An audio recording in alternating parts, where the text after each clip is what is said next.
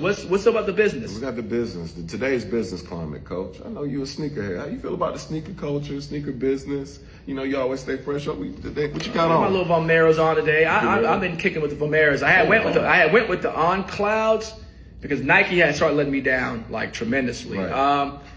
Sneaker culture, yeah. I mean, I'm a sneakerhead, Me too. And I got a lot of friends. Yeah, and I said this years back, and I said this that. After those Jordan Chicago ones came out, I said sneaker culture is going to change. Breads, yeah, that changed everything. Why you say that? Because when you start having shoes that certain people can't get access to, right? Right. Because if I'm a stockholder and I got a certain amount of shares in Nike, and I'm talking big shares, somebody's gonna give me a pair of them shoes. Yeah. And it got to the point where certain people, you just couldn't get certain shoes. You couldn't get your hands on it at all. At all, right? Right. And then you had folks going and buying all the shoes to harbor them, to mark them up. Resellers. That's it. One thing about society, that my opinion is this. What goes up always comes crashing back down, right? Supply and demand. Supply and demand. And I said, this is going to be when those ones came out, those Chicagos came out, and nobody could get them. I got a pair, thanks to my homeboy, out in a slide for $7. I had the store in North Lake Mall. Nice. I mean, in Cumberland Mall. Nice. You still got them? What, the ones? Yeah. But do I? Okay, I'm in just the checking. case, bro. That's Okay. my retirement. Do I? What's stop? Okay. But I knew then, I said, when people couldn't get those shoes, that those folks are going to be the same folks who are going to call Nike and say, hey, look, if you're not going to do something about this resale stuff, this resale market, I'm going to stop dropping stock. I'm going to stop buying your products. I'm going to stop buying your stock. If I can't get the shoes and I'm a fan, why should I continue to do business with you? Damn, so the ripple effect goes like that. Hey, and what are people wearing right now? New Balance. Yep. You and I, old school, Asics. Asics. On Cloud. Tank wearing Asics all the time, yeah. You don't see people wearing them Nikes no more. Right. And look at all the different colorways and all they're trying to do to catch up now to get their brand back to where it was because they let that resale market almost destroy them. That's one of the reasons you were disappointed in them? In which part?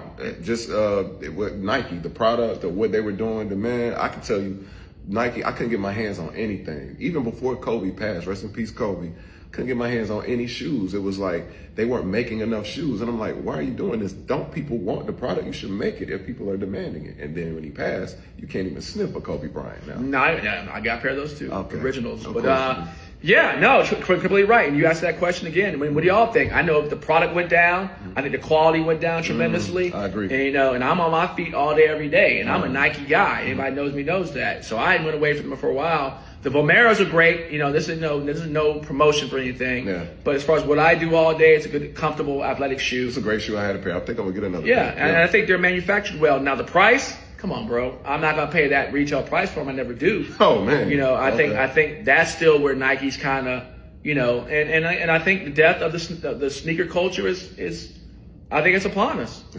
think it went up, and I think it's come crashing back down. I mean, I've gone to stores here recently. I forgot what the most recent pair of Jordans were released. No, man, I think it was a 4, Cement 4 Black. Yeah, Cement 4s last week, right? A couple of weeks ago. Yeah. Like that, yeah. They're coming out real frequently now. They used to never come out that frequently. Yes. Okay. And you can go in the store now and find them. Sitting on the shelf. Sitting on the shelf.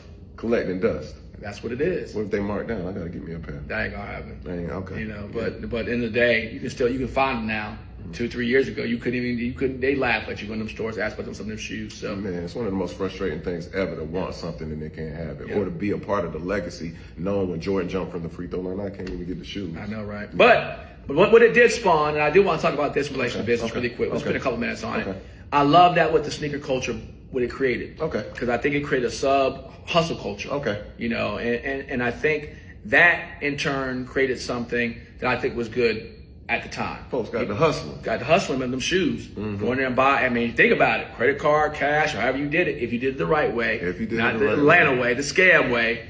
But if you went in there and had a hookup and you went and bought them sneakers and that was your business model and you were able to mark them up for a little bit and sell them at the trunk of your car, I mean, that was ingenious. That's no different than Master P. Y'all probably know what Master P is. Yeah, there you go. Selling them albums out of his trunk. Or Maverick Carter, LeBron's guy. Right. At Hartsfield-Jackson Airport, selling them Mitchell and Ness jerseys. He was down there selling jerseys. That's where I think LeBron met him. Either met him here in Cleveland or he met him in Atlanta. Man, I did not know that. Yeah, Maverick was selling jerseys at the trunk of his car at the airport, bro.